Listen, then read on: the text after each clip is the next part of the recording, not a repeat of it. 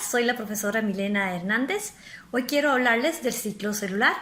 Para entender la importancia del ciclo celular, tenemos que recordar que todo nuestro cuerpo está formado de células. Entonces, estas células pasan por un proceso de división y de regeneración, por ejemplo, cuando vamos creciendo o, por ejemplo, cuando nos hacemos un rasguño. Nosotros podemos tener un rasguño en nuestra piel y después observamos cómo hay una coagulación de la sangre y cómo la herida se cierra. Este proceso sucede porque las células tienen la capacidad de dividirse. En el ciclo celular tenemos que de una sola célula nacen dos células. Entonces, ¿cómo es este proceso? Este proceso sucede mediante dos partes importantes que hemos dividido para poder estudiarla más fácilmente. La primera fase se llama la interfase. En esta fase, que se subdivide en tres subfases, ocurre un proceso muy importante, y es que si de una sola célula queremos formar dos células, obviamente esta célula tiene que hacerse más grande y luego dividirse para formar dos. ¿Cómo hacemos que la célula sea más grande? Exactamente, con ese proceso de preparación. En ese proceso de preparación, que se llama interfase, sucede una fase G1 donde la célula empieza a crecer y empieza a prepararse. Ella empieza a obtener y a sintetizar proteínas y ARN y ADN para prepararse para la división. Esta segunda parte de la interfase se llama fase S o fase de síntesis, que es donde se sintetiza o se fabrica ADN. Entonces, cada cromosoma que teníamos tiene que duplicarse, tiene que hacerse el doble porque vamos a tener dos células. Entonces sucede la duplicación del ADN, la duplicación de la molécula de ADN, la duplicación de cada uno de los cromosomas para luego poder formar dos células.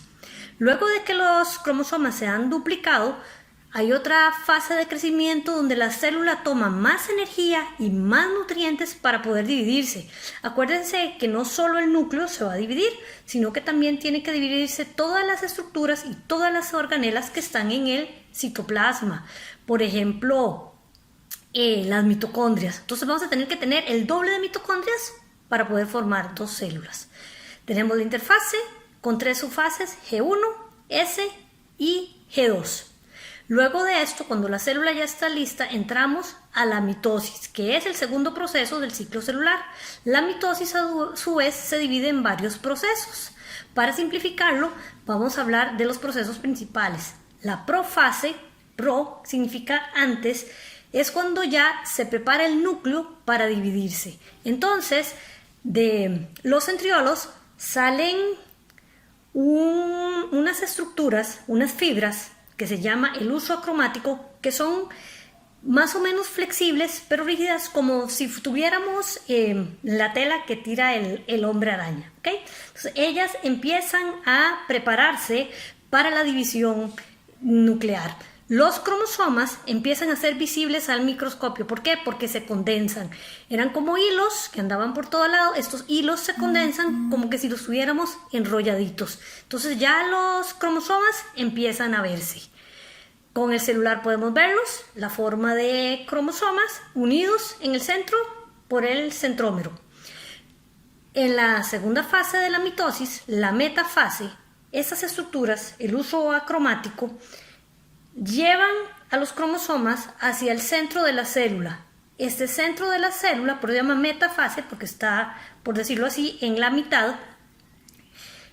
Llevan las estructuras a la mitad, se llama la metafase. Luego tenemos otra fase que se llama la anafase, donde este uso acromático, estas fibras, empiezan a separar a los cromosomas. Teníamos cada cromosoma de esta forma y uno va para un lado, porque va a formar una célula, y el otro va para el otro. Esas estructuras en la anafase empiezan a llevárselas para polos extremos de la célula. Tenemos la fase final de la mitosis, que es la telofase, por decirlo así, se cierra el telón para recordarlo, ¿verdad? Y entonces ya está en cada extremo los cromosomas y empiezan otra vez a separarse y ya no podemos verlos, sino que otra vez se diluyen en cada núcleo, se forma en cada nuevo núcleo una membrana para formar dos núcleos nuevos y entonces se da la separación de los núcleos. Ese es el fin de la mitosis y luego sabemos que aparte del núcleo la célula tiene todo el citoplasma. Esta división del citoplasma se llama citocinesis, donde el citoplasma se divide y ya finalmente de una célula tenemos 2 células. Esto es el ciclo celular. Les habló la profesora Milena Hernández.